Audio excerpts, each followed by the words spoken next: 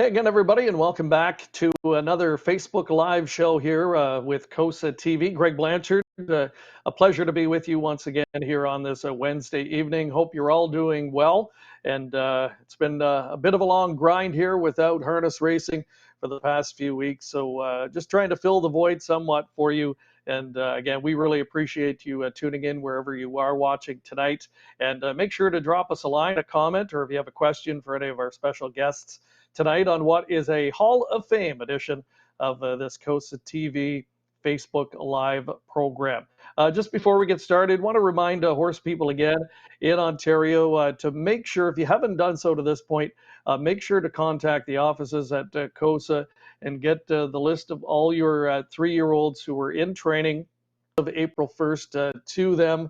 I think they've had most people contact them and respond at this point in time, but very critical if you haven't done so yet to make sure you do so. Check out the COSA website and of course Standardbred Canada as well, two great sources of information. If you're looking for some information on how you might find some government support through this very difficult time, and I know there are certainly quite a few options there that we certainly encourage you to explore, and they'll be glad to help you out with more information at either of those websites as well. So as mentioned, we've got a fun show lined up for you tonight. It is a Hall of Fame edition, the Canadian Horse Racing Hall of Fame. We announced the nominees just a couple of weeks ago, and yesterday the announcement made for this year's inductees into the Canadian Horse Racing Hall of Fame. And we congratulate all of those who were inducted. And tonight we want to welcome in our 3 special guests this evening, 2 of whom have been inducted into the Hall, Paul McDonnell and Ben Wallace, and Jack Darling again, who was a nominee. And it's just a matter of time before Jack takes his spot in the Hall of Fame as well. Welcome, gentlemen, all coming to us tonight from their home base locations. Maybe let's start with Paul. Hall of Famer, have a pretty nice ring to it. Yeah, it certainly does. I mean, I was overwhelmed. It's still hard to believe. I mean, you work all your life and you don't even think about Hall of Fame status as you're going, but here we are all these years later. Absolutely. And Ben, before we came on, you were talking about that, the fact that, once you heard the news, you really took time to reflect, and you said you spent a lot more time doing that than you expected. I mean, you've been at this a long time, and you get rewarded with this very special honor.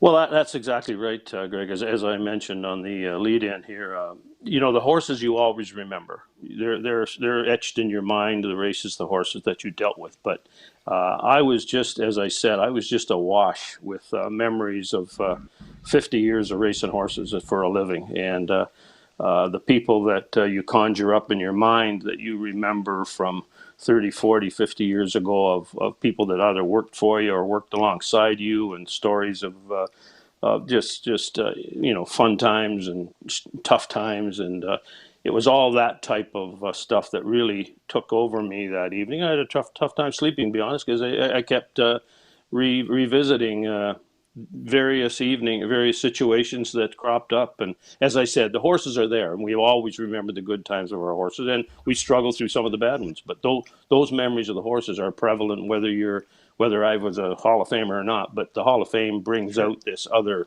memory void for everybody. And Jack, I'm sure disappointing for you in that you didn't get the induction nod, but at the same time, I'm sure you can appreciate what a tremendous honor it is to be nominated at this level. And for you, have you reflected back on your career and I guess been amazed at what you've accomplished over the years? Yeah, it's funny, just like Ben said, when something like this happens, you really go back into the memory banks, and it's funny the things you kind of forgot about, big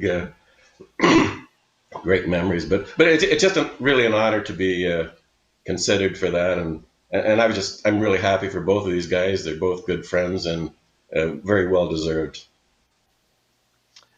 And you guys have worked a lot together. Well, Paul, specifically, you've driven a lot for both of these gentlemen and been associated with great horses for them, and we're going to touch on that in a moment. When I was doing some research for tonight's show, and again going back through the list of great horses you guys have been associated with, it's almost endless. It's incredible, and it's going to be fun to walk through that a little bit tonight. But as you mentioned, it's for you guys, I'm sure more the people along the way that you get to reflect on, and we look forward to you telling us a little bit more about that on tonight's show as well. Just before we get started, though, we've kind of been asking everybody this. You're like everybody. You're spending a lot of time at home, as we all are supposed to do, watching a lot of TV, keep yourselves entertained. I asked you before we came on. We're asking everybody: have you gotten into the Tiger King craze? Now, Ben, you got roped right into it and ended up watching the whole season, correct? Yeah, well, it was short term. It wasn't that long, but as I to you were on the lead in again, after every episode, I felt as though I had to go and have a shower. You know, it was just so tough to take, but here I was back the next night just chomping at the bit. And when the whole series was over, it was like I was glad we did it, glad we witnessed it. But am I ever glad that group of people is out of my life on a day-to-day basis? So, yeah, I can understand why it's number one in Canada, I believe, in Netflix, and I'm sure it's doing the same in America. Sure. Now, Paul, I understand you could only get through one episode. You couldn't do it. I honestly, I just couldn't get into it. I watched the first episode and I thought it was just silly. I didn't take to it at all. And after hearing what Ben had to say, I'm glad I turned it off and didn't go revisit it. Yeah, well, you know what? It's you either love it or hate it. I think there's no in between. And Jack, I understand you're a big Ozark fan. Is that correct? I am, and Paul did better than I did on the Tiger King. I watched half of it, and I just couldn't take any more. So I'll maybe revisit it again. But no, we've been watching Ozark. Is this speaking to my character right now? Are you people slamming my character? I've got a reputation to last here, you know. Yeah, that was out the door. So yeah, we've been watching Ozark. We watched the third season, and then when that was over, we've gone back to watch the first and second seasons again. We're working on that now, and I'm enjoying it as much now as I did the first time around. Love that show. Well, I have to admit, I watched Tiger King. I got caught up in the craze, but I'm like you, Jack. I'm actually going back and starting to rewatch the early seasons of Ozark. I want to get caught back up and watch seasons 2 and 3 on that as well. So, enough of that. Let's dive into our trip down memory lane here tonight. And yeah, this is going to be a lot of fun. And we're going to start off with a young Paul McDonnell. And this was one of those, I think, springboard type victories for you, Paul, in your career. Back in 1990, we're going to take a trip to Pompano Park in the Breeders' Crown that year. You came in with a horse named Bay's Fella, and the public certainly thought you had no shot. What did you think going into that race? Well, honestly, I was just happy to be going down to Florida for a little break, to tell you the truth. Now, that's not saying that Bay's Fella didn't deserve to be there, because he had raced 2 or 3 times prior to the Breeders' Crown and was very, very good. But, stepping into the Breeders' Crown company, it was, new territory for him. And, I just was happy to get away down to Florida and be a part of the Breeders' Crown action, because it was fairly new at the time. I think it was maybe the 4th or 5th year they had it, maybe not even that. But I believe it might even been the first year that they were all together in one track, because they used to go. I think they went around to all like different. They like the 3-year-old fillies would race at one track, and the trotters would go to another track, and they would tour around. So this was the first time all in one venue. So it was going to be pretty exciting, and I just was happy to be a part of it when I got there. All right, we're going to roll the video of that now, and a massive upset, part of Breeders' Crown history, no doubt. And again, this is from back in 1990. We're going to take a look at how you engineered the winning trip. And there's a look at the field. I mean, some great horses for the time. Storm Compensation, Dare You To, Mystery Fun. These were top horses. But the heavy favorite coming in was a horse you knew well. Canadian connections and top notcher. And it looked like you had a strategy and a game plan going in, Paul, that you certainly wanted to stay up close to him. Yeah, he was definitely the horse to beat in that race, and he was right on his game at the time. And the one thing Bay's fella always had was tremendous gate speed, and I figured if we were late in the season and we were in the Breeders' Crown, we better utilize it. Absolutely, and that turned out to be the winning move, as we are going to see. Here is the call of the 1990 Breeders' Crown. And from the middle of the pack, Bay's Fella, driven hard early to get the early lead. On the outside, Top Notcher has come out second. He's driving hard, 3 wide going into the turn. Down inside, Sandman Hanover is there, racing in third position now. 2.5 lengths back to Mystery Fund, who's now fourth. Dare You 2's under a hard hold by Jack Moisiev, racing now about 6 lengths off the lead. The field now coming into the lane for the first time. Top Notchers in gear. A sizzling opening quarter of 27 and 1/5 seconds. Passing us now for the first time. Top Notcher taking command. Bay's Fella has yielded the lead. Sandman Hanover is racing in third. Off the rail, Mystery Fund is now fourth. Dare You 2 right at his heels. Line 1 down on the inside, followed by Pilgrim's Patriot. Storm Compensation trails the field as they round the second turn. As Top Notcher dictates a strong pace, and the Bay's Fella's now second, 56 and 2 for the half mile. Bit of a breather there for Top Notcher, who leads the way into the wind and down the backstretch. Mystery Fund edging closer on the outside. To the inside, Bay's Fella third. Dare You 2, a good second over trip. He's only 3 lengths off the lead of Top Notcher. Down on the inside, Sandman Hanover. Nowhere to go. Storm Compensation is launching a 3 wide bid from the back of the pack. Then Pilgrim's Patriots in between horses. And down on the inside, line 1. 3/4 in 1:24 and 3. And the field coming to the top of the stretch here in the Breeders' Crown. And Top Notcher still in charge. Dare You 2 is forced to go 3 wide into the lead. Top Notcher in front and driving hard, holding on to the lead. Bay's Fella attacks on the outside. Top Notcher still there. Bay's Fella surging late. Could have an upset here. And yes! Bay's Fella pulls it off. Top Notcher was second best down the line. Well, there's a The mutual return that night, $140 on the nose for Bay's Fella, Paul. And you said you wanted to take it to Florida just to have a little bit of fun. I'm sure that made it much more fun after winning a Breeders' Crown. Yeah, we had a party after. The trainer Mike Domino. The people that owned him were just a bunch of golfers, and they called themselves the Par Birdie Stables, and they just got together and decided to buy a racehorse for, I think it was $8,000. They all put in like $1,000 each or something, and bought this colt. And he was a really nice New York sired horse. And when he came over to Mohawk and Greenwood, I was lucky enough to be able to drive him. And then obviously lucky enough to drive him here in the Breeders' Crown. So I can remember having a barn party afterwards, and they were some excited. Yeah. Big moment for you. How old were you then, Paul? I was 27 at the time. I can remember like calling home, and Lynn, my wife, she was pregnant at the time, and apparently she fell off the chair, and there was a big schmozzle in the living room. So they were having quite a time while I was winning my first Breeders' Crown.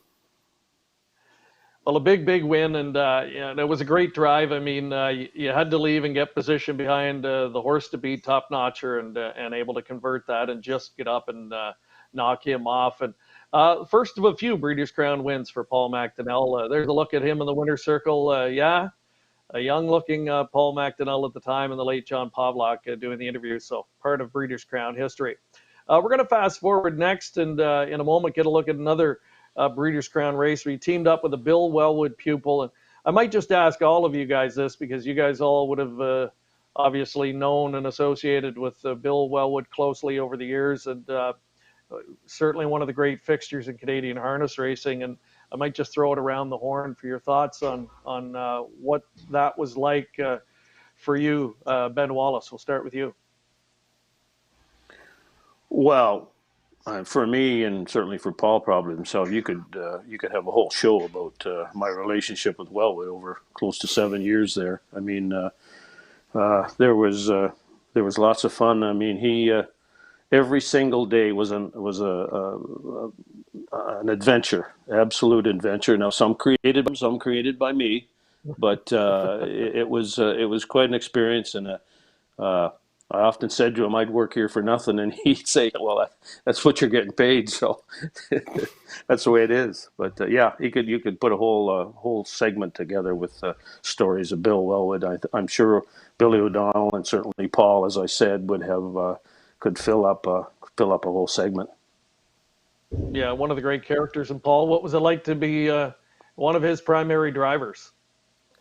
Well, I mean, to me, he was just a mentor to me. The way he conducted himself, the way he trained horses, the shenanigans, all the rest of it, his lines, his quips, they were second to none. He was just a great guy. He was very supportive of me coming up through.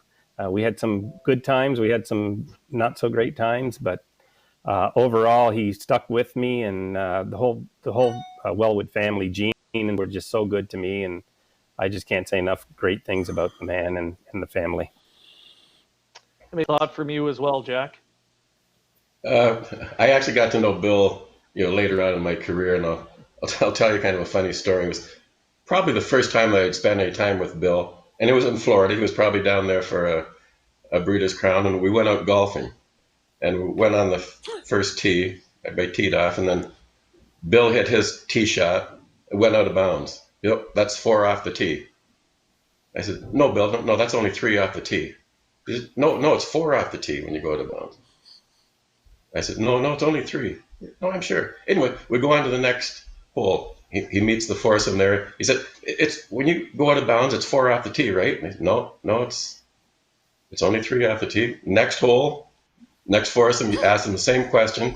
By the time we got done the first 9, he had half the golfers convinced that it was 4 off the tee. But anyway, finally he did go in the clubhouse and he talked to the pro, and the pro said, "No, it's 3 off the tee." So but it was so funny to watch him dealing with these other players and convincing them that it was actually 4 off the tee. But no, he was just a really real character, and he was just one of a kind. Yeah, and again, so horseflesh that he had to put his faith in you, Paul, and in big money races, and one of them is the one we're going to bring up next, Village Jiffy in the Breeders' Crown, 3-year-old colt pace from 1994, a half-mile track event at Freehold that year, facing a great crop, including Riyadh on that day. What were your recollections about that afternoon, and how you thought the race might unfold? Well, it was a similar situation as Bay's Fella. I mean, Riyadh was the horse to beat by far. He'd come into that race in top form, and he'd showed nothing but wins. But Jiffy also showed some signs that he was on the improved as well. I think he won a big race at Mohawk just prior to going to Freehold, and he was on top of his game. And he was the kind of horse he got stronger toward the end of the year, and he was really strong at that year. I think he might have gone unbeaten after that. After he won the Breeders' Crown, he won 2 or 3 other races to finish out that year of 1994. So let's go back to this afternoon at Freehold Raceway in New Jersey from 1994. It is the Breeders' Crown. It was a beautiful afternoon, and we're going to pick up the early portions of the race, Paul. So by this point, you've crossed over, and I guess the decision from here is pretty easy. Yeah, it was an easy decision. Like I said before, Riyadh was the horse to beat, and I figured if I could stay as close to him as I could, second would be great, and it turned out even better than that. And could you sense, even at this early point in the race, could you get a sense that your horse was really good on the day, and that you're going to make this interesting? Yeah, he felt good all the way. The thing was, the Riyadh had been so dominant earlier than this, and honestly, I didn't think that we could pace with him home. But everybody knows Riyadh's reputation. He was a great animal, and we just got the better of him this day. All right, here is the call of the final half of that Breeders' Crown victory. Turn in this contest, the open pace. Village Jiffy is still right there in the pocket second, and here comes staying together. He's rolling up first over third. He'll look to capture his second Breeders' Crown in a row. On the inside, Tibet is racing in fourth. Next in line, Silent Spring. Broadway Jade has dropped back to sixth, and Lotta Soul is still trailing. 3/4 in 1:24-2. That third quarter, they picked up the pace, 28-1 on the final turn now in the Cadillac Breeders' Crown open pace, and Riyadh will look to take it, but here comes Village Jiffy now, tipping from the pocket for Paul McDonnell, and it's going to be a two-horse battle. They're eyeball to eyeball. Village Jiffy on the outside. Riyadh desperate to hang on, but he has given way, and Village Jiffy gets his second upset in the Breeders' Crown. So does Paul McDonnell. Well, there it is, Village Jiffy capitalizing off the pocket trip, so very similar to what we saw from Bay's Fella. And races like this that earned Paul McDonnell a reputation in big money races, and a great history, as mentioned, in the Breeders' Crown series in particular. Paul, you did a lot of driving over the years for Jack Darling, and some very good horses from that outfit as well. And we're going to get a look at a graphic board here coming up that illustrates the great horses that Jack had and the offspring of some of the great horses he had. Now, he had Northern Luck, a top colt in his own right, earned close to $1 million, and just a couple of his offspring that started with Jack and did great things were Junior Mint and Silent Swing. Silent Swing changed barns a couple of times subsequent to his early lessons with Jack, but there's an example, just two of the offspring from Northern Luck. And of course, Jack also conditioned Decor. And when she mated with Northern Luck, that produced Northern Sky, another champion stakes filly for Jack. So obviously an eye for developing young talent. And you certainly kept the ball rolling, Jack, when you got Northern Luck and were able to parlay his offspring into more stake success. So I'm sure when you think back to a horse like Northern Luck, you have tremendously fond recollections. Yeah, I do. He was just a special type of horse. He just had a heart of gold, and there just wasn't an ounce of quit to him. He was just a really special horse. Talk about his success as a youngster on the racetrack, and it wasn't all good luck with him. You had some misfortune with him. I believe he was scratched, was he not, in the North America Cup his year after winning the elimination? Yeah, he won. I had two that year. Gothic Dream won his elimination, and Northern Luck won his elimination. And Gothic Dream was the big name at the time, but Northern Luck was just coming on, and Trevor Ritchie drove Northern Luck, and after the elimination, he said to me, "I hope you're not going to be disappointed if Northern Luck beats Gothic Dream next week." And I said, "No, I won't be at all." But anyway, on the way home from that elimination, he took some kind of a fit in the trailer, a claustrophobic fit, and he basically took his whole hind foot off. It was just unbelievable the amount of blood. You would never dreamed you'd ever be able to walk again, let alone race. But he did, so he missed the final of the NA Cup, but was off for about 3 months. But then he came back strong after that. And certainly established himself, I think, as a really solid producing sire over his career. When you look back now at the horses he threw, I mean, some top-notch horses. We mentioned Silent Swing and Junior Mint. Maybe talk about Junior Mint. We're going to get a look at a replay of him in a moment. What were the similarities like between him and Northern Luck?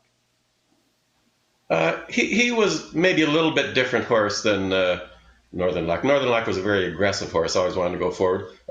Junior Mint was just a really nice horse, had a great temperament, nice mouth on him. He would relax, but he was very honest, just like Northern Luck.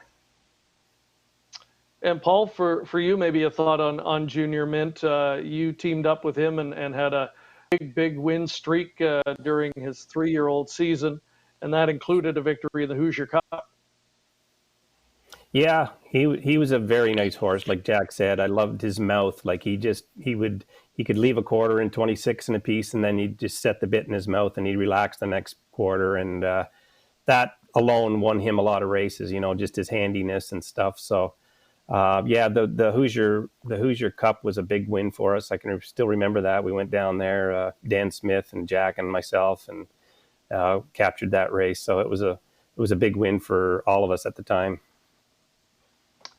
Let's take a look back at the replay now. This is from 2003. So at this point in time, Paul, this would have been a relatively new event for Hoosier Park at that time. And what was it like going from the venues in Canada you were used to racing on and going there to Hoosier at the time? Was there much of a difference in the track configuration or the track surface? Well, it was very similar to Woodbine. It was a 7/8 mile track, and what Mohawk is now. So I was a little bit accustomed to the track and stuff. So I just trying to remember some of the competition in the race. I just remember there were some really nice horses in there, and Junior Mint came into this race on the top of his game, and I think you can see there he was the best by far. And I think that might have been Quality Western chasing, I believe. Quality Western, Junior Mint. That's exactly who it was. Yeah. Yeah. And at this point in time, this was in the midst of, I believe, a 10 or 11 race win streak for Junior Mint. So he got very, very good at the time, and that was his richest payday, winning on that night at Hoosier Park, a $300,000 event. And Junior Mint, of course, as we saw, went on to enjoy a brilliant career for Jack Darling. So, Jack, we talked a little bit off the top when you reflect just on the horses and you start listing them, and then you start realizing, you've trained the sire and the dam of some other stakes champions that you eventually would condition. I mean, you must shake your head sometimes when you think about the good fortune you've had. I really do. Actually, as we were doing this, I kind of made a list of some of the horses that I just kind of forgot about, and it's just so many great memories, and just being so lucky to be around so many nice horses and fillies. And Northern Sky, who you'd mentioned, I mean, she was just a fantastic filly, made almost $1 million. So yeah, just great memories of all of those. And I would say, Jack, you had a reputation for having a good eye for young horses at the sales, picking out those bargains that would eventually, a lot of them go on to be very, very good race horses, some of them stakes horses. But you also seem to have a real game plan with them. You kind of race them through their 2 and 3 year old years and would sell them at that point. You had a real business approach, I would say. Is that fair to say? Oh, yeah, for sure. It's always been a business for me. This is how I make my living. So I try not to get emotionally involved too much. I like to race them at 2 and 3 in their stake race. Then I sell them at the end of their 3 year old year. Once in a while, I'll sell them before that. But if the offer is right, I will sell them. But I enjoy racing the 2 and 3 year olds, especially stake races. And then when they turn into race horses, I just haven't really got that big an interest in it. So, as long as I can sell them for a reasonable price, I'm happy. I'll ask you, Ben, in your career, as you look back on it, did you have an overarching approach to how you did things that way? Well, I was maybe more so into the racehorse business than maybe Jack was. I was, I remember Wellwood always telling me that if you don't keep your name in the back of the program, it's a slow way to going out of business. So I always tried to keep myself with a group of racehorses, and I would buy the odd colt. I never had a big herd. I think at the most I'd had maybe 15 2-year-olds at one time.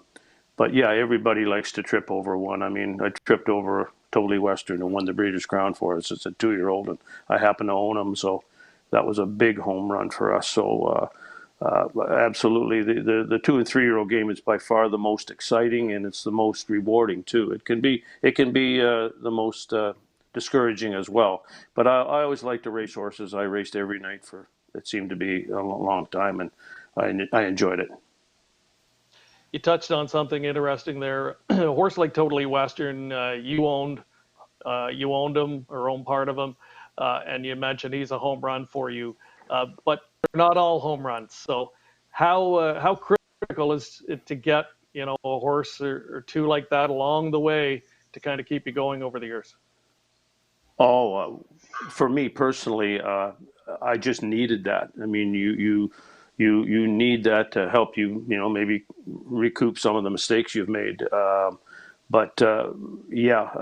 look for one of those all the time. I mean, you'd love to do it every year. You really can't unless you're dealing with huge numbers. I never ever did have those huge numbers to come up with a world champion every year. But he was a Breeders' Crown winner at 2, and I bought him on a Thursday at Harrisburg on my way home.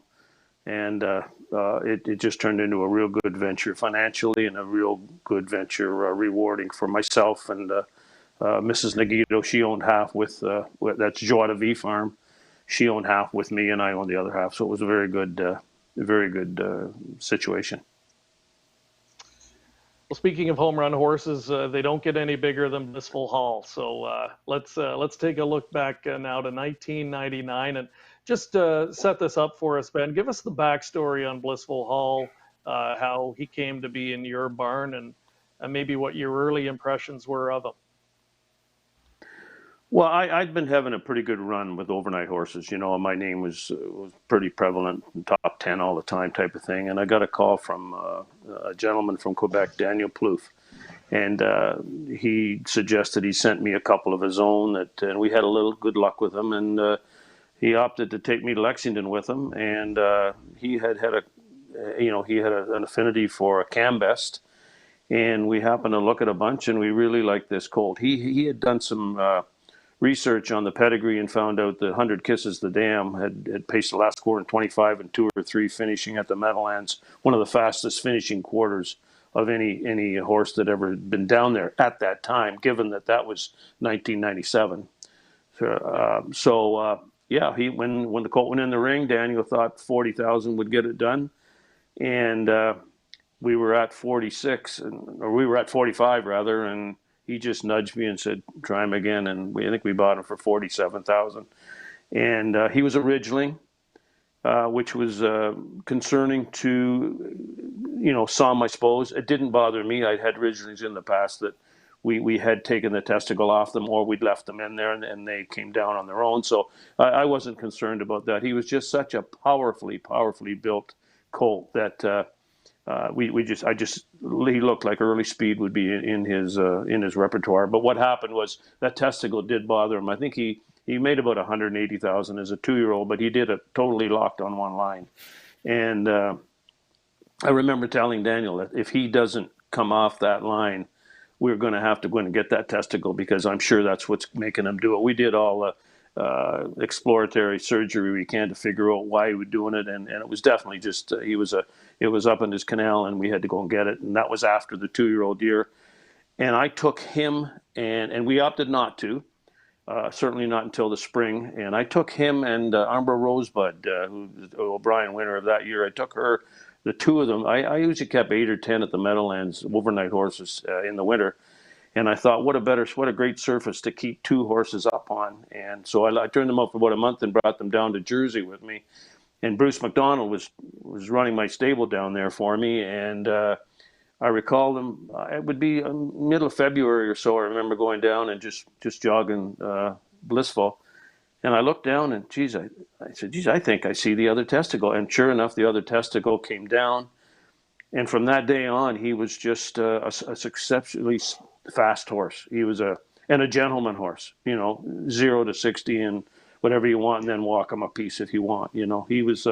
His speed got him out of any kind of trouble that he may or may not have got himself into. And Ronnie Pierce didn't get him into too much trouble, to be honest. Ronnie raced that horse as a 3-year-old as good as you could race a horse all summer.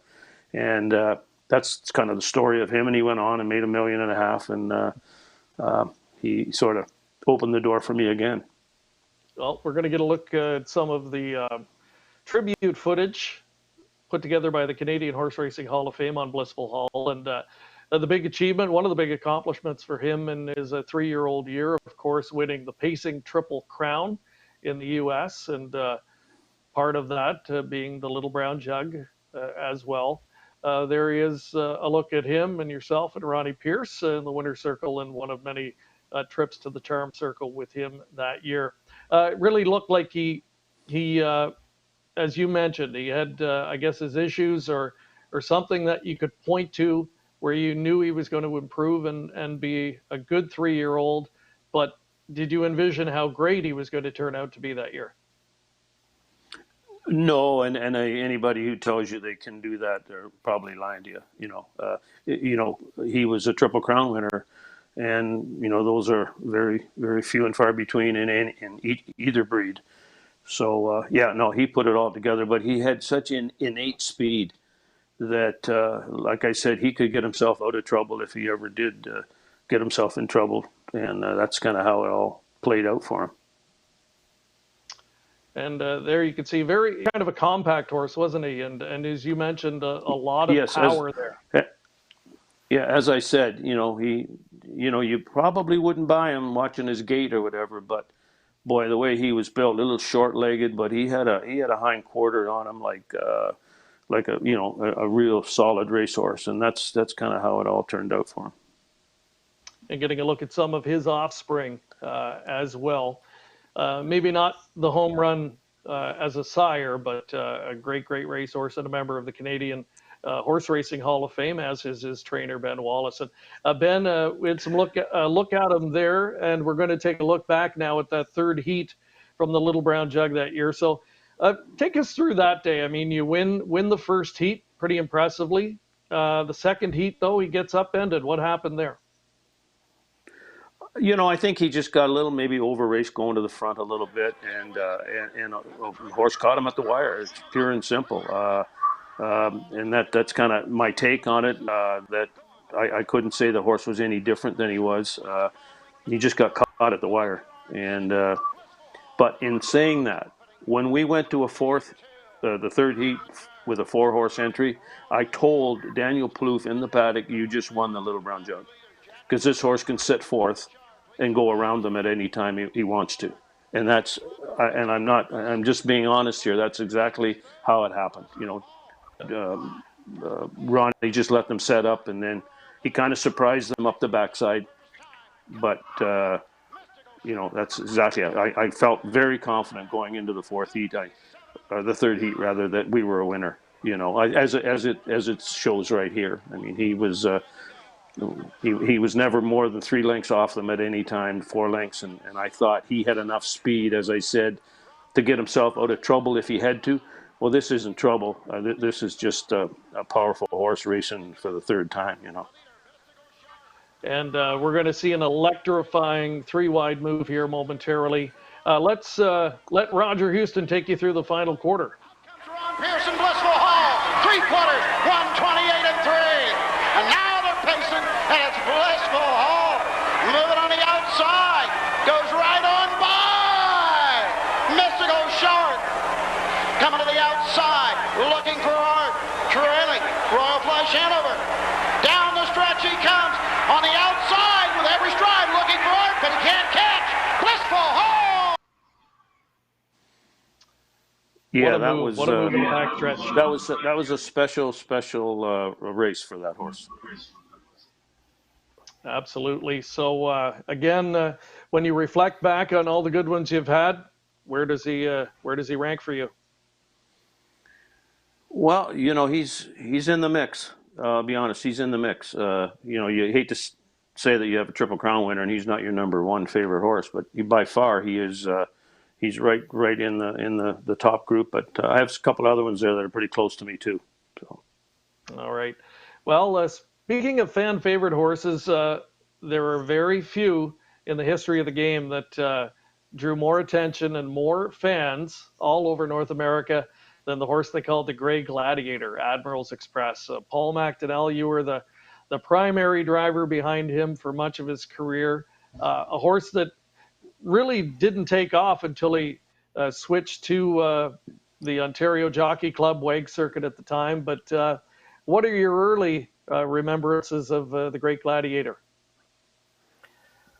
Well, I picked him up, as you say, a little bit later on in his career, and I knew that he'd raced quite a bit in Michigan as a 2 and 3-year-old at the fairs. Believe it or not, that's where they had their stake races and whatnot. So I knew he was a horse that knew how to win. And when I got him, obviously he was near or at the top of his game, and I was lucky enough to take him over then. And he was just one of those animals that. He was like a construction worker, He came with his work boots and his lunch pail, and he came to work every Saturday night, and he worked his tail off, and in doing that, he got a gathering of fans behind him. He really did, and I still have people to this day ask me about that horse. What was it like driving him? And he was just a great horse to be around and be a part of. And you don't see too many horses at the very top level that can get headed and passed in races and battle back to win. And he had that intangible that not many horses have. How many times do you think he was beat and he'd come back and surprise even you?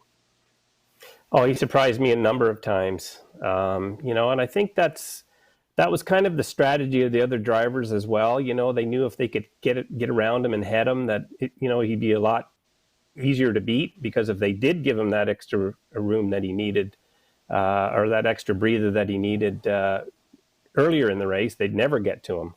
So they did try and get around him, but if he found a weakness in another horse, maybe being a little bit tired late in the mile, he wasn't letting them get away with it. So he was just one of those animals that he never gave up, and he was just a pleasure.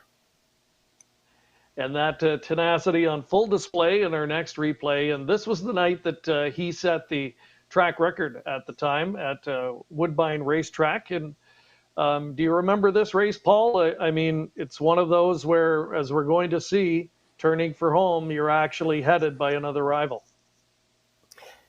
Yeah, I believe it was Arts Chip, wasn't it, that headed him, maybe even got up by a length on him, if I'm not mistaken, or thereabouts. But, it was just another classic Admirals Express race. He just battled back and didn't quit, and showed what he was made of. And I think he beat a pretty nice field of horses this night.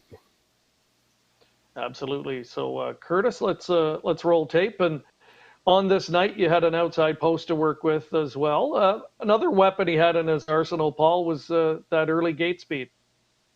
Yeah, and the 7/8 track really helped him. He loved springing off the gate, and it took him a little piece maybe to get to top flight, but when you were an eighth in, he was in full flight, and he was. And you're racing on a 7/8 mile track, and you can leave like that and then get the breather in the backstretch, and then have that fight at the end. It made him pretty dominant. Well, one of his biggest fans was track announcer Frank Salive, and here is Frank with that description from back in 2005 at Woodbine.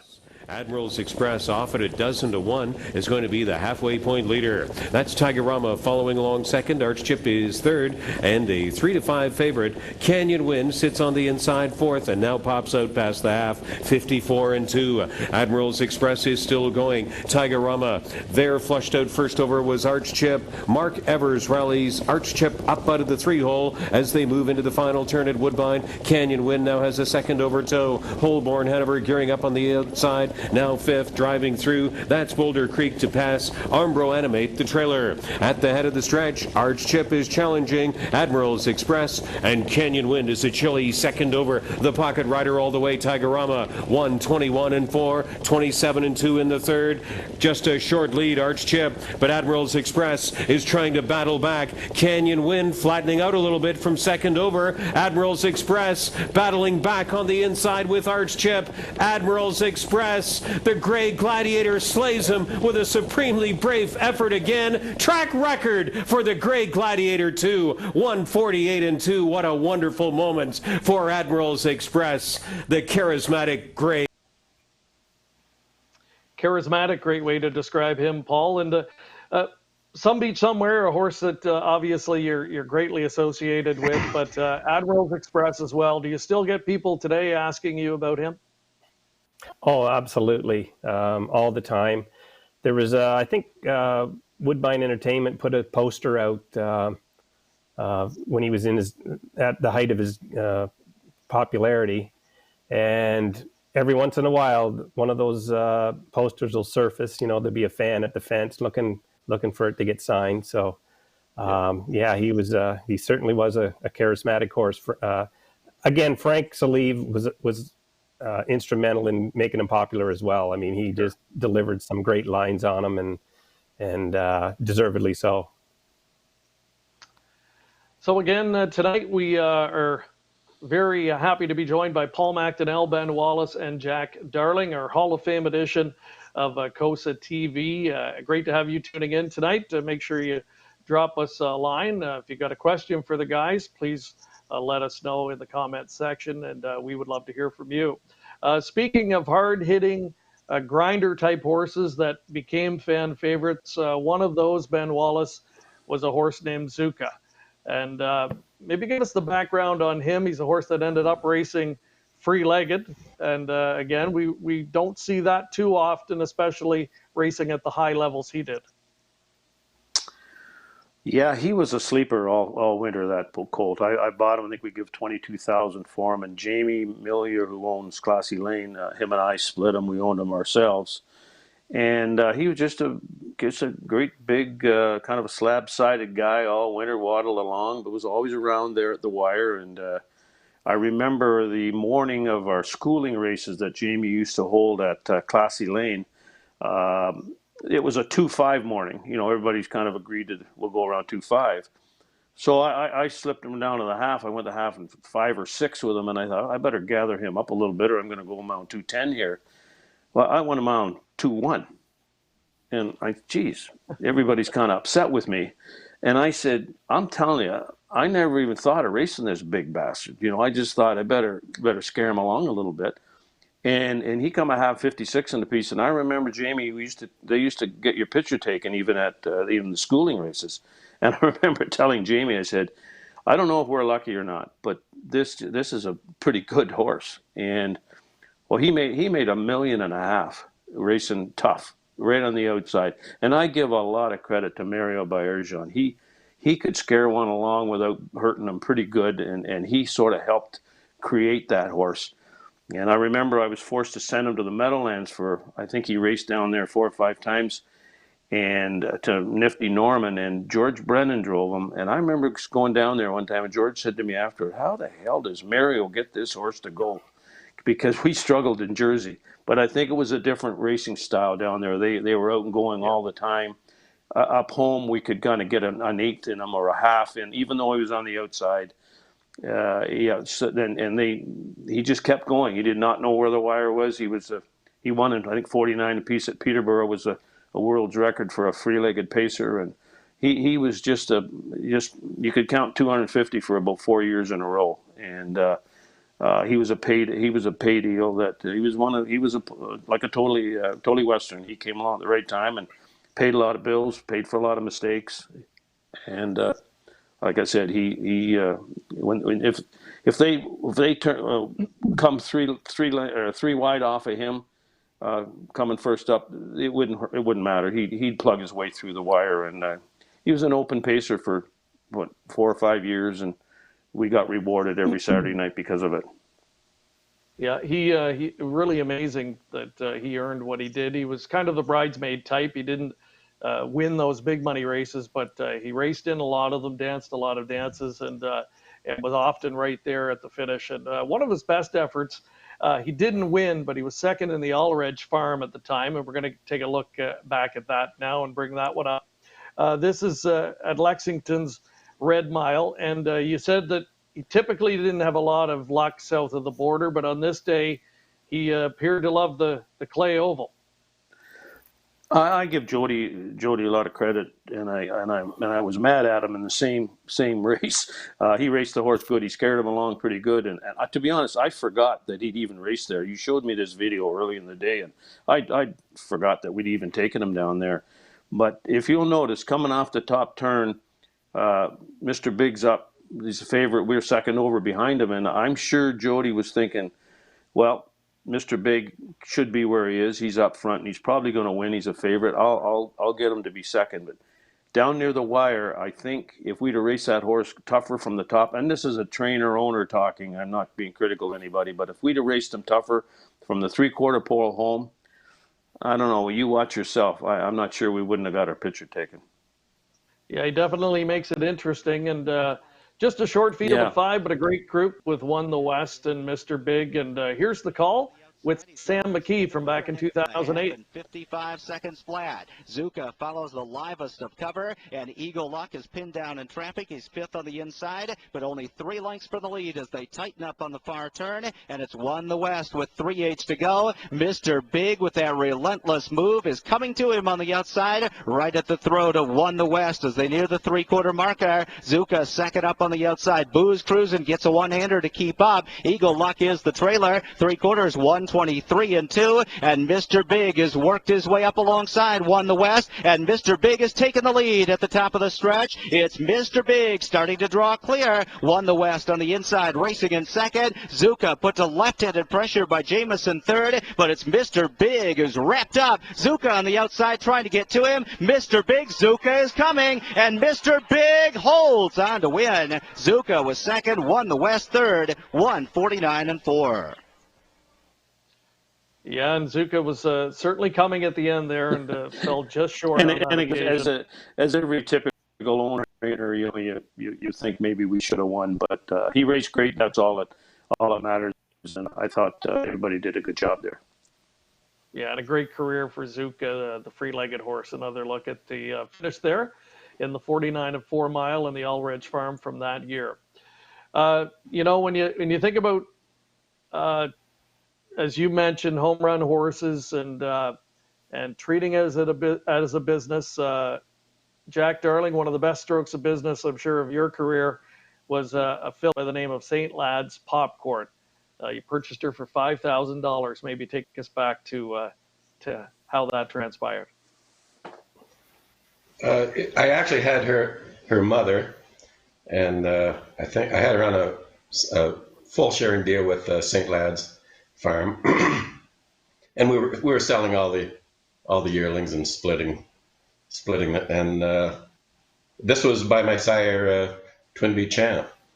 So I remember looking at her as a yearling out at St. Lad's Farm, and she was as nice. Honestly, she was as nice a yearling filly as I've ever seen standing there. So yeah, that was that. And I can remember before the sale talking to anybody that would listen to me, I said, geez, take a look at that filly at St. Lad's by Twinbee Champ. She's a great looking filly.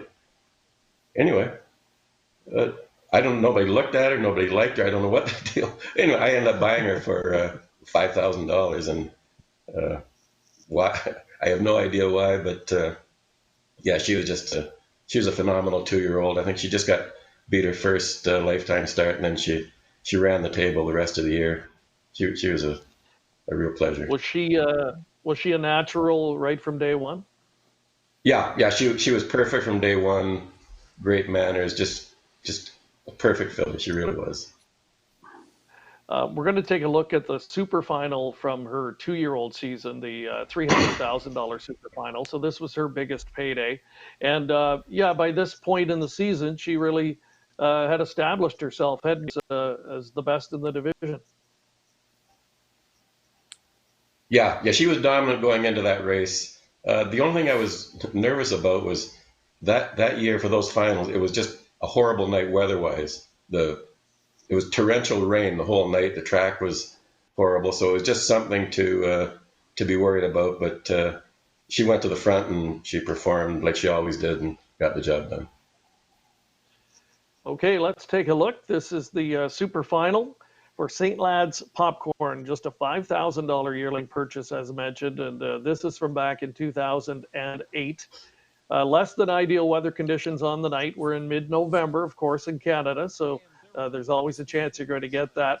And if I recall as well, Jack, kind of a big strapping, a big long striding filly. Do you think that helped her a little bit on nights like this with adverse weather conditions? Yeah, it helped her every night she raced. She had just a tremendous stride, perfect gaited, and like I say, just great manners and a great attitude. Just everything you could possibly ask for in a filly.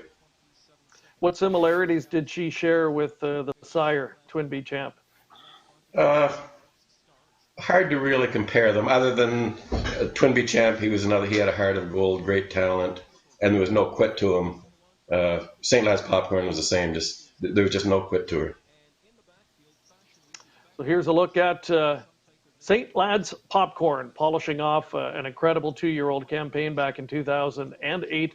Ken Middleton with the call of that year's OSS Super Final. 55 seconds to the half. McDonald's all over Brewer's helmet with Art Star, as she is extremely racing in that pocket spot. Sitting third as they head to the final turn is Rose Sealster. Fourth inside is Cheap Hotel. Up and driving fifth now, Icy Breeze. Into the far turn, St. Lad's Popcorn just awaiting her cue from Jason Brewer. Right there from second is Art Star. Sweeping up on the outside from third is Icy Breeze. Then buried fourth at the inside. That one towards the inside as they come into the stretch is Rose Sealster, a breaker, and Cheap Motel, who's off stride around the final turn. 3/4, 125-1, and it's St. Lad's Popcorn about to deal with the wrath of Art Star, who's out and rolling from the pocket now for Mark McDonald. Still there, St. Lad's Popcorn. Art Star on the outside in second only to the wheel. St. Lad's Popcorn digs down deep and shows her class. Here is St. Lad's Popcorn, a super final winner. St. Lad's Popcorn by a length and a half. Second best was Art Star, and it was at least 10 lengths back. Third on the extreme outside for Take My Pulse, 154-4.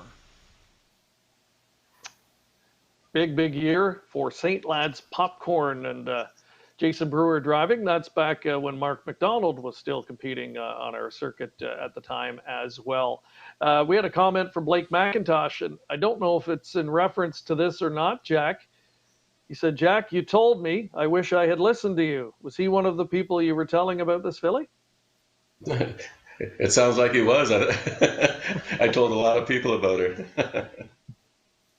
Well, he certainly wishes he had listened at the time, and yeah, great stroke of business for you. Paul McDonnell, we had a question from a viewer as well. Wanted to know what horse gave you your first driving win. Do you remember?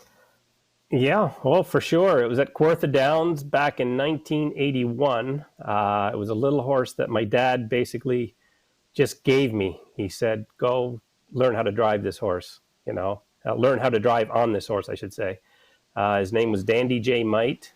I think it was pouring rain, and he won in, I think it was 2-7 and change. So we didn't have to go too much, but he was a great little horse to race. The best part was that my dad gave him to me, so I owned them as well. So mind you, the purses weren't very good, but he certainly taught me a lot about racing anyway, and driving, and learning how to drive. And another horse from in your earlier days that I think you had with your father that made a big impression on you. I was reading about Cavan's Jovial or Cavan's Jovial. Yeah, Jovial. Yeah, we bought her. Correct? Yeah, that's right. We bought her from a fella at Kawartha Downs, and she was OSS eligible, 3-year-old, and she went on and raced. I think she made 100,000 for us as a 3-year-old, and really jump-started us. She brought us to a new level. She raced against horses like Annie Ivy. I don't know if you remember those names, Silver Wrath at the time, and she certainly was a nice filly, and she didn't do us any harm, that's for sure. One of those springboard moments, perhaps, for Absolutely. you in your career, and now it's a Hall of Fame career as you look back on it. Our next horse we're going to talk about, this one is interesting. It ties Jack and Ben together on this one. A filly by the name of Big McNeil. Jack, you started with this filly. Tell us about her early beginnings. Yeah, I raced her as a 2-year-old. She was a really nice filly, won a few stake races, and she set a world record at. I think you're going to show the race. She set a world record at Lexington and beat a great filly. Yeah, she was just a really talented filly. And just early in her 3-year-old year, I sold her to Ben and Brad Grant. They were looking for that type of horse, so we made a deal. So give us a little insight. I think this is interesting. How does a deal like that come about? I think in this case, he actually he bought Apprentice Hanover just before that, so we kind of got into that rhythm. I'll tell you what my frame of mind was that year. That was that year of Apprentice and Big McDeal was the year that the Liberal government took away the slot deal, just like that. And I can remember driving home from Florida that spring and thinking we were done. Like horse racing in Ontario was done at that point. So I'm thinking, okay, what am I going to do? And what came to my mind is that I've got to sell some horses. That's all I can do. So when I got home, I had that frame of mind. But as we went, I mean, they were just both fantastic horses that you can sell and people will pay money for them. So Ben can give his version. Well, I was gonna say, I think you've also got a good reputation, Jack. You sell a lot of horses that go on and do good things for their connections. Silent Swing comes to mind. The two horses you mentioned that went to Ben. Do you look back when they go on and do well? Do you regret that, or do you say, you know what, I got what I wanted at the time? It's business. Yeah. Oh no, not at all. I don't. I never regret it. When I sell them, I really hope they do well. It's all business, and at some point, like I've got to figure risk and reward. Like I said, this is the business I'm in. A horse one day can be worth $1 million, the next day it might be worth $100. You can lose them that quick. So it's all about business, risk and reward. A horse like Apprentice Hanover, like he's hard to sell because he's your dream. 99 owners out of 100 wouldn't sell a horse like that, but just in my position, I own them all myself, and I will sell them. And Ben, funny, there's a sidebar to that Apprentice story, which Jack is aware of. I watched that horse put every step on the track all winter. He trained him up classy, and he was just, he's a gorgeous looking horse, a beach out of a Breeders' Crown winner, and Jack had paid decent money for him as a yearling, and I had asked him on occasion had he ever priced him. And Jack was kind of reluctant to kind of put a price on it, which I understand, no issue. There's no pressure from either end. And then I was on my way, I was driving into work one morning, 6 o'clock, going down Classy Lane, and I got a call from a guy in New Jersey saying, "What kind of horse is that Apprentice Hanover horse?" And I said, "Well, he's okay. Why?" He said, "Well, I heard he's for sale." And I said, "Jesus, Jack's been fooling me all winter. I didn't think I could get him." And then he mentioned and then he mentioned to me what he thought the ballpark was going to be. And I said, "Ooh," to myself, I said, "Geez, that's pretty tough." I said, if he can get that, Jack's well to do to sell him." I didn't think he was worth that much money, but I did make an offer to Jack the next morning, or it may have been the same morning. And Jack said, "I would consider that." And I said, "Well, I can have the money here at noon if you're interested at that number." And that's my take on how it unfolded. Jack, I'm sure you're on board. And I didn't even take him over and vet him out. I phoned Brad and said, "I think there's an extremely nice colt here that's got every box checked for a Grand Circuit type horse." And he went ahead and made $1 million. Unfortunately, we lost him in the fire. But tremendous horse, and it was a good deal by Brad, me, and Jack. If Jack was happy, I was happy. Brad was ecstatic. So every horse has got a story, and that led into the Big McDeal deal, actually. So they were hand in hand. We're going to have a look at Apprentice Hanover in a moment. Big McDeal, just a thought on her. Was that a separate deal after the fact? Yeah, yes, it was. Yes, it was. Jack had done a great great job racing her, and we got back in on her, and she had a great 3-year-old year for us as well, and it just went ahead, and we opted to sell her as a 4-year-old, I believe, but. Yeah, she was well represented by Jack, and Brad was very comfortable at our numbers, and we just simply bought her. And Greg, what I was going to just add, in a case like this, what really helps, I believe, is that when you're spending that kind of money for a horse, you want to be confident, you want to have complete trust in the person you're buying from. And I think Ben and I, we did have that repertoire between us. Yeah, I mean, he watched the horse, like I say, every day, both horses. So he knew everything about the horses that I did, and you've got to have that kind of confidence to spend that kind of money. And I think that's what really helped get the deal done. And both did well for Yes. Ben since moving into your barn. Big McDeal, Curtis, do we have that replay?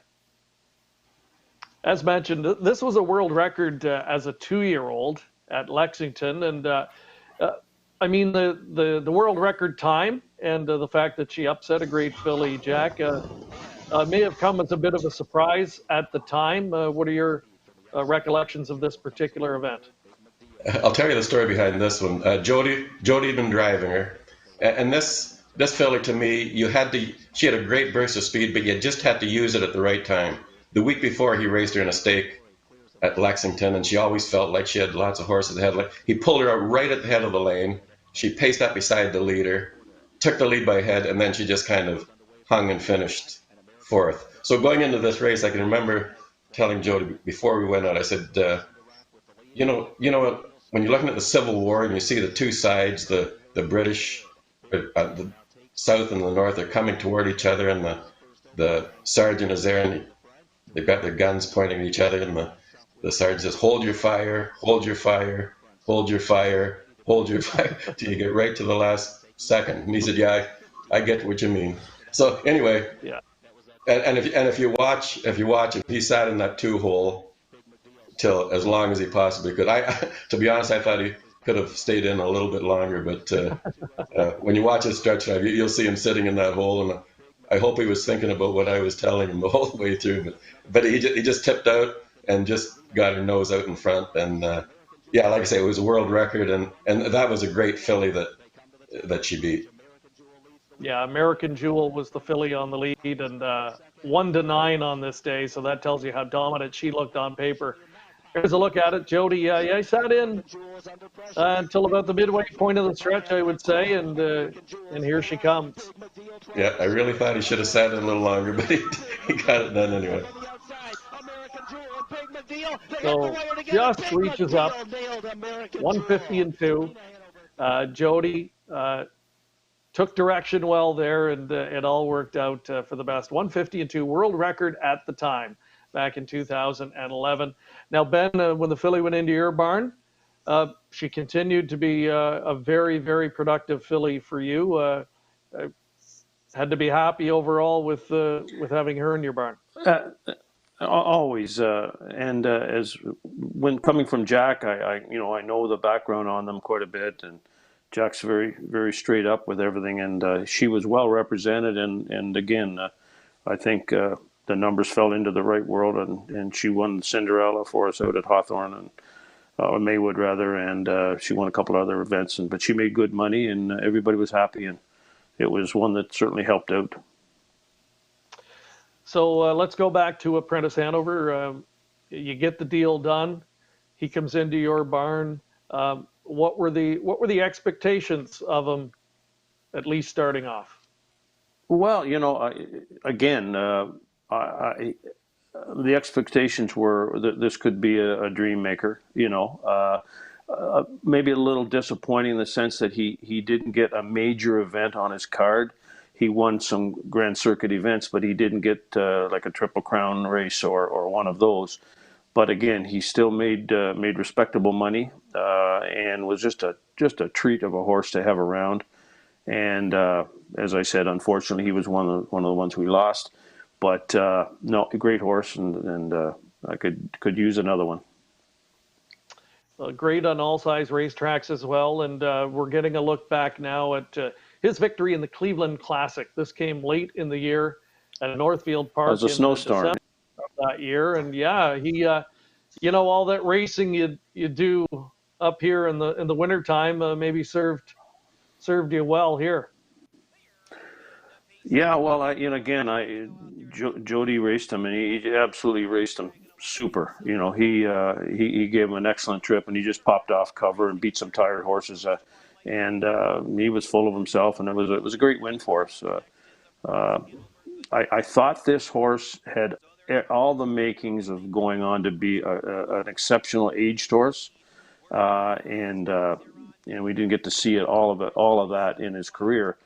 But he certainly filled his card up on the, as a 2 and 3 year old and early 4-year-old.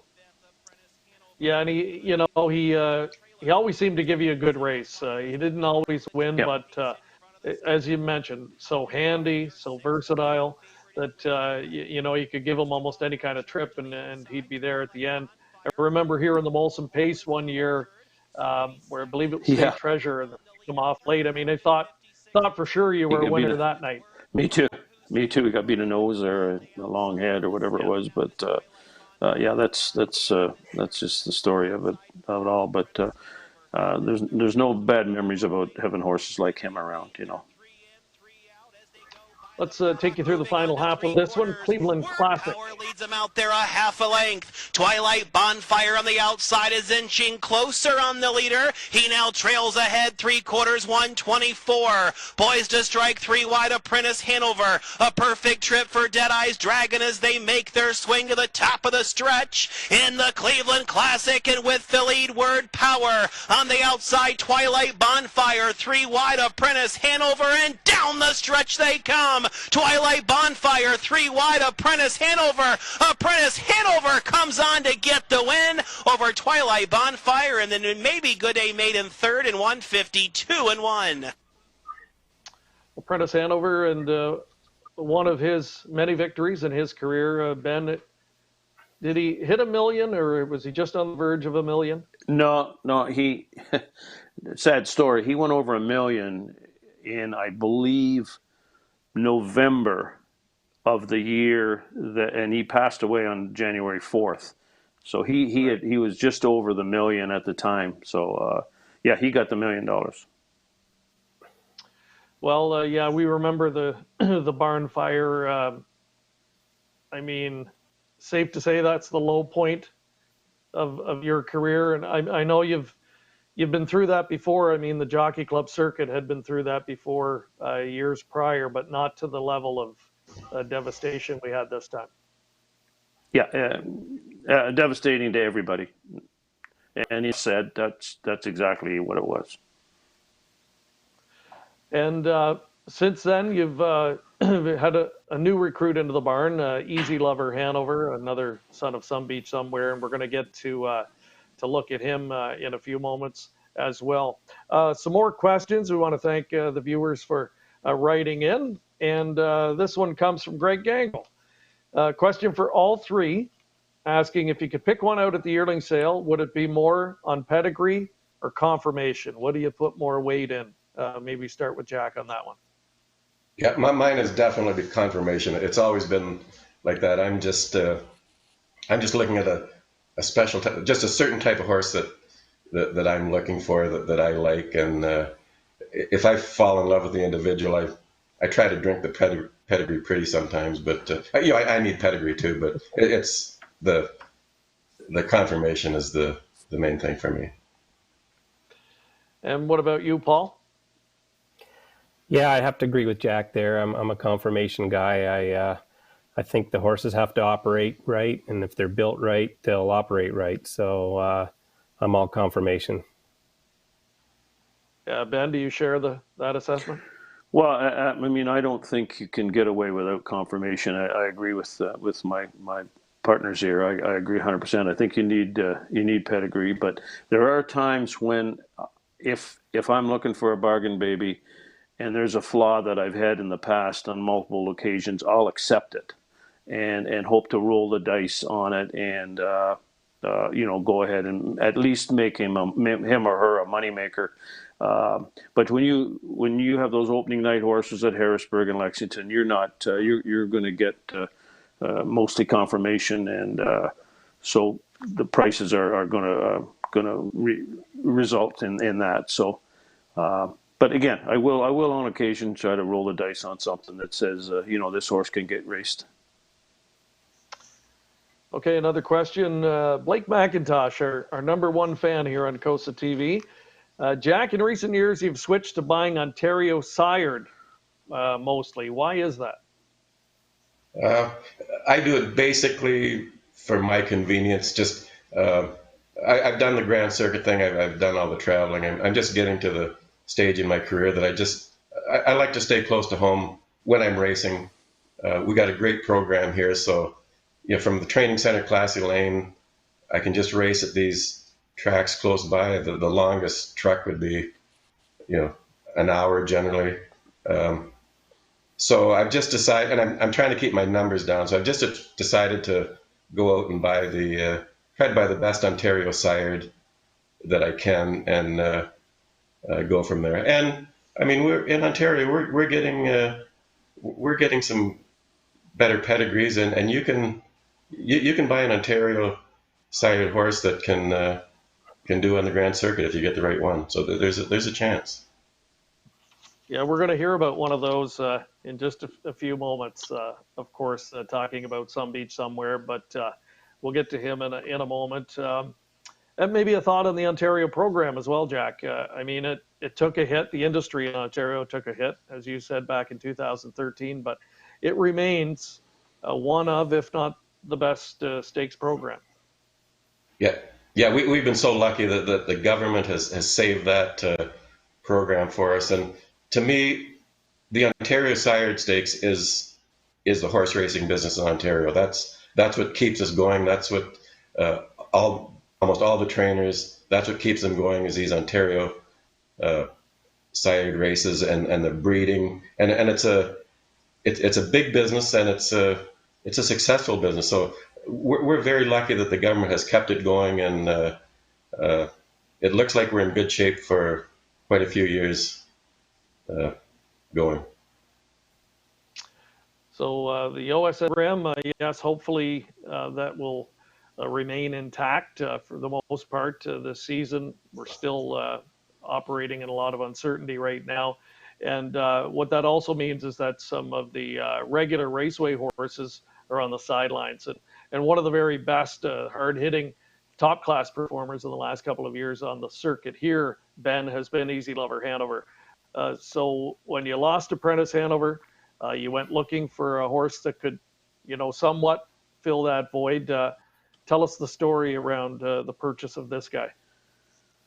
Well, he was bought in January of his 3-year-old year. He had just turned 3-year-old, and he'd just a nondescript horse. I think he had $2,500 or $3,000 on his card, and he had been a disappointment. He was a high number horse that just didn't perform as a 2-year-old. And I always like to buy a green horse that you can put some money on their card, working their way through the numbers of 2, 3, 4, whatever the case may be, and maybe develop into.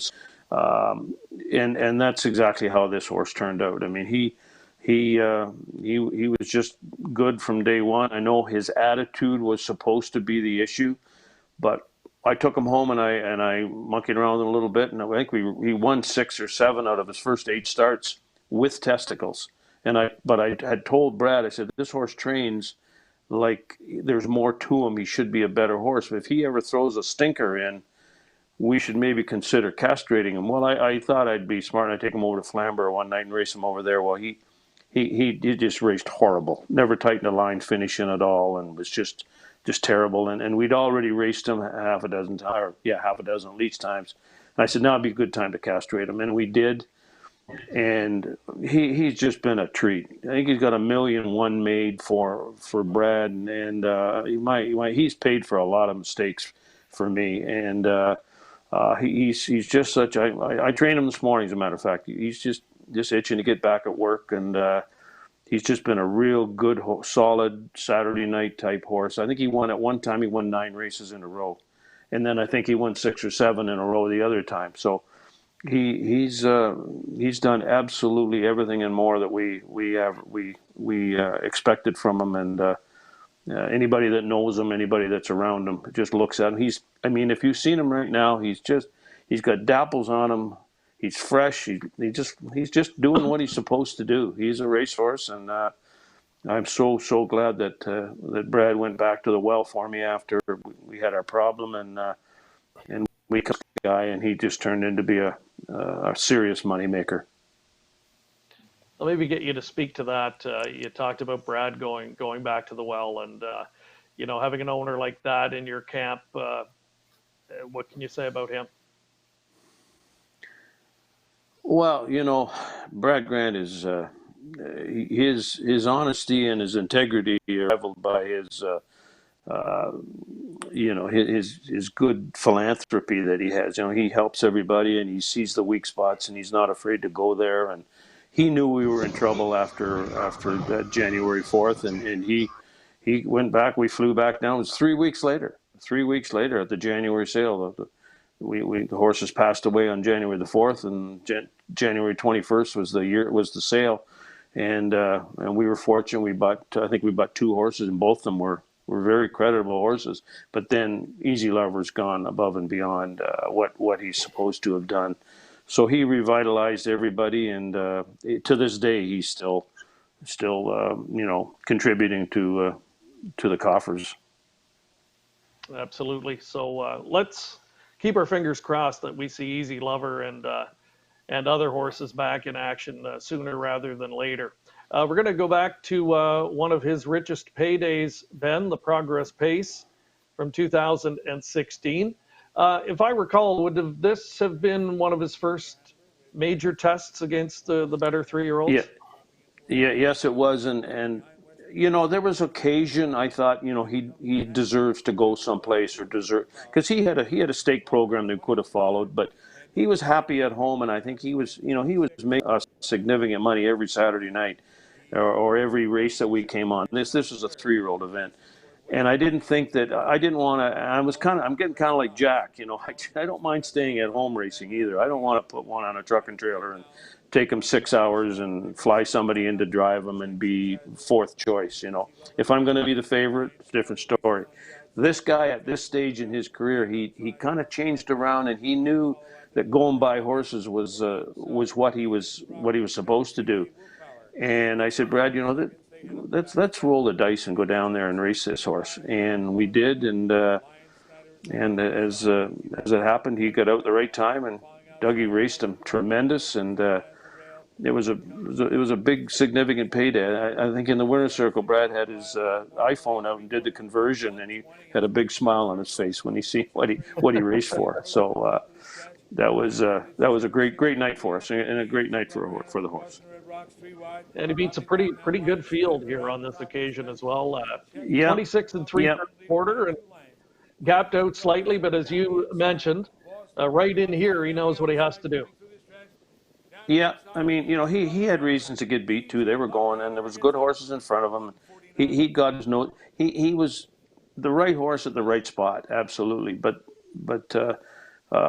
we all had part of it, and it worked out great for us. It was a fun ride home, I'll tell you that. All right, again, we've got Ben Wallace, Paul McDonnell, Jack Darling with us tonight, and still time if you want to submit a question or two. And we're going to go from Easy Lover Hanover to have a look at his stallion or his sire, the incomparable Some Beach Somewhere. And we'll kind of finish off the show by having a look back at his great career. And of course, Paul was the man associated with him in the driver's seat. Before we get to that, Curtis, do we have another question? Bill O'Donnell, this one's for Ben. You don't train many trotters, but had much success with Yendel's Iceman. There's a great name from yesteryear. Why don't you train more trotters? Listen, let's cut to the chase. The only reason he wants the answer to this, he knows he won with him in the Sumac Lad at the Meadowlands. And, so otherwise he wouldn't care whether I train trotters or not. But he lucked into a fresh horse, and and he won, and I'm thankful for it, believe me. But there's a funny story to that too, that on his way out of the paddock, he had pulled his front shoe, getting caught in the rubber mat, and going to the horse had to come back in and get the shoe corrected. And so while we're waiting to and all he had to do was put a nail in and tighten it back up again. And O'Donnell went out, and he got off the car, and he said it took the best horse with the best trip for me to win, and he gave me all the story. But he didn't tell me that a friend of his in the paddock had asked him, what happened to the shoe, and O'Donnell told him, I had to straighten him out for the kid. He just wasn't wasn't hung up just right. I said, really? Yeah, I had to do a little corrective shoeing, he said. Anyway, yeah, trotters are fine. I mean, trotters a lot of time are client based. You have to have the right people for them, and as owners, so to speak. And by and large, I suppose my money has been made racing pacers.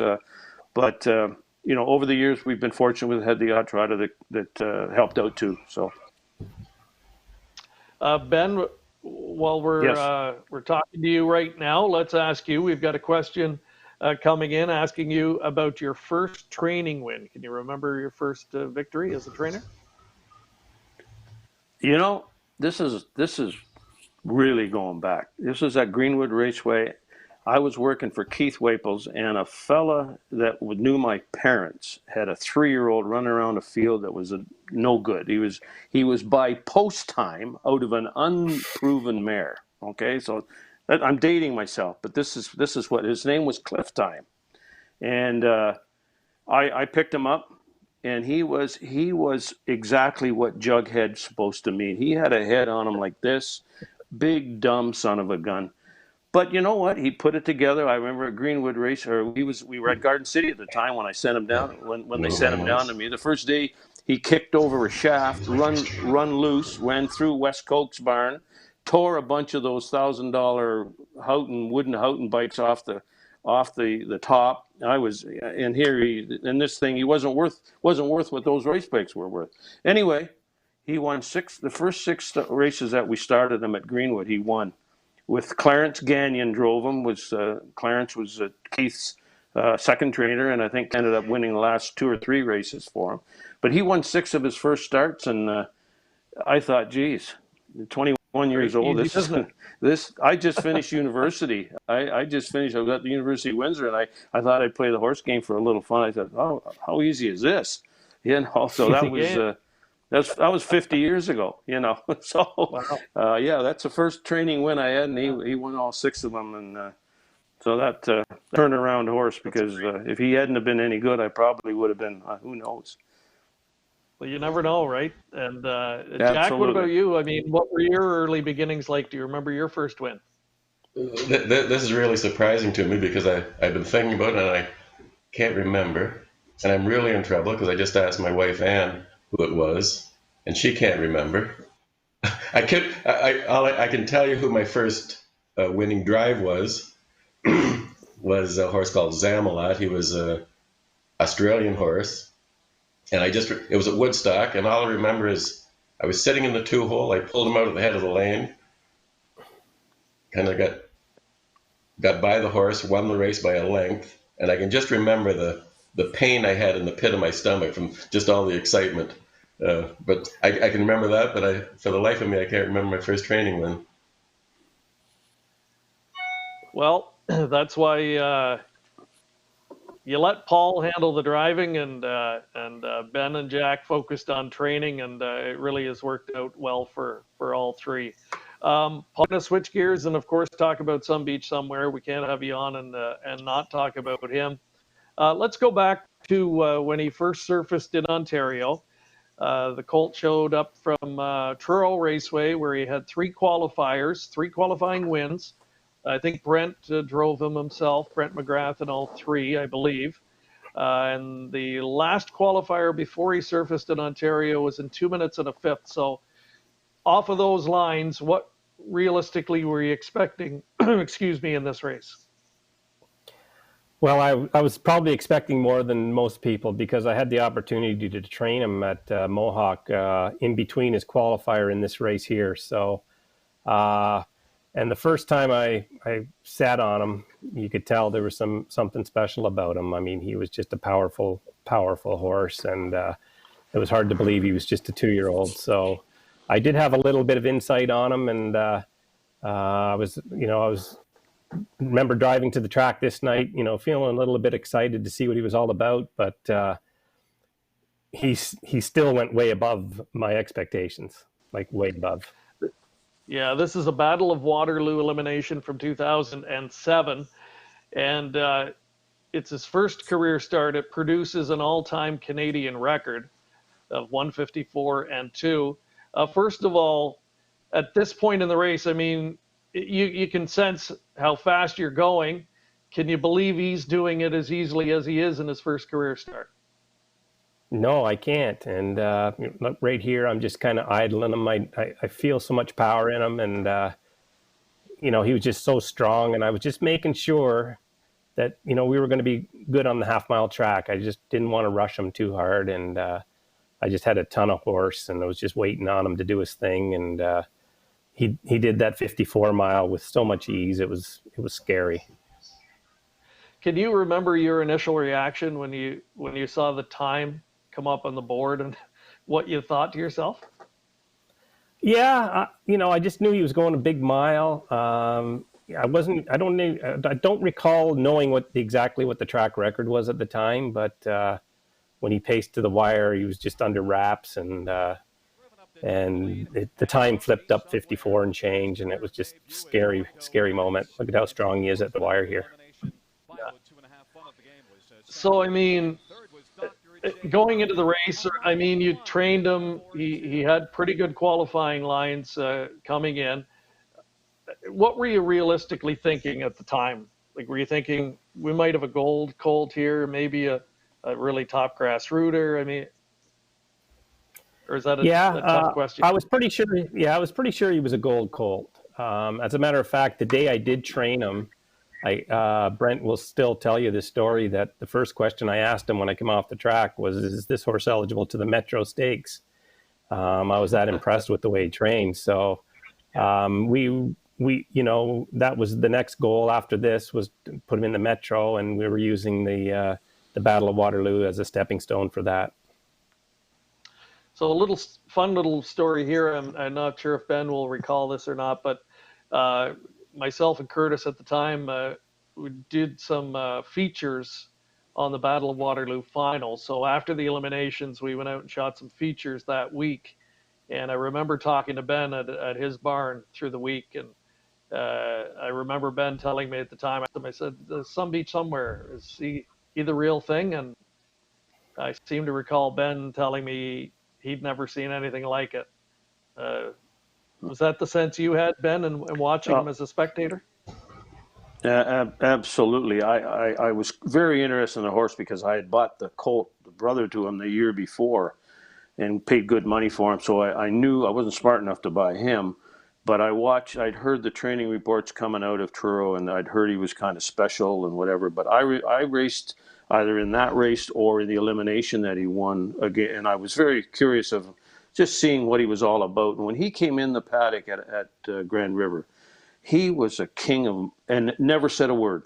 Just walked in, did his business, and was extremely professional. And I just thought, oh my goodness, this horse has got, if he can do what he does in here, carry that regal appearance and without any flamboyant, stupid, some colts can get stupid and be disruptive. And he was just a big, strong, gentleman look horse, and he went out and just did exactly the way he looked. And I was overwhelmed with him, and I guess that's what I mentioned to you when we did the interview back in whenever. I was overwhelmed too. I thought, what a great, grand looking horse, and he's got a tremendous future.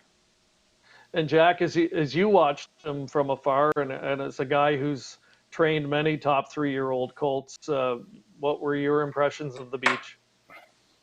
Yeah, I was just a fan of him right from the word go. I raced something in that Battle of Waterloo that year, so I had a a front row seat to him, and you could see that he was special right from day one. And Paul, just Loved getting watching him back, race. fantastic. Getting a look at some of the career highlights. Here, of course, the lone career defeat, Paul. I mean, I'm sure it still stings to some extent, but, as many people say today, it was one of the greatest performances they'd seen in defeat. Yeah, it was quite a performance. You couldn't fault the way he raced. Unfortunately, the race didn't go in his favor, and Ron Pierce obviously drove a great race that night. But Beach sure didn't disappoint anyone. I remember him leaving the front of the grandstand at the Meadowlands, and the crowd there was clapping for him, just like they did everywhere else he went. Yeah, I recall being there, and that feeling I think everybody had, almost like you had the wind knocked out of you. There were such high expectations, and then this disbelief. But I have to commend you, Paul, even later that night. You were professional and really gracious in the winner's circle, even though you knew it had to be a disappointment for you at the time. But then he went on to run the table and just solidify his greatness after that. As I think back between that 2 and 3 year old year, I can't remember a horse before or after where I personally had so much anticipation for their upcoming campaign. I can only imagine, Paul, how many nights you were kind of dreaming and just waiting for that 3 year old campaign to start. Yeah, we were excited. I mean, I had a chance to go down, I believe it was in March, to Truro and train him. And when I got down to Truro in March, there was still a bit of snow on the ground, and the track wasn't fast by any means. And when I set up on him the first day, I'm like, oh my God, this horse filled out just the way he should have. He's just a beast now. Like from what he was at 2, he just developed into so much more at 3. And I was just, licking my chops from March on, waiting for him to come up to Canada and hoping no bad luck was going to fall on us. And, he was just a monster. Yeah, absolutely. Well, on that note, I think a great way to wrap up the show tonight. Again, gentlemen, we want to, first of all, congratulate you. Jack Darling, another Hall of Fame nomination. We know it's going to happen for you one of these years soon. And Paul and Ben being inducted into the Canadian Horse Racing Hall of Fame, well-deserved. And thank you to all of you for joining us tonight, and stay safe, and hope to see you all back racing soon. Thank you, Greg. Thanks, Greg. Thanks, Greg. COSA, the Central Ontario Standardbred Association, proudly serving Ontario horse people with integrity and accountability. Collaborative, supportive, helping to ensure a vibrant harness racing industry. Lifetime membership is free, and there are many benefits. Become a new member today.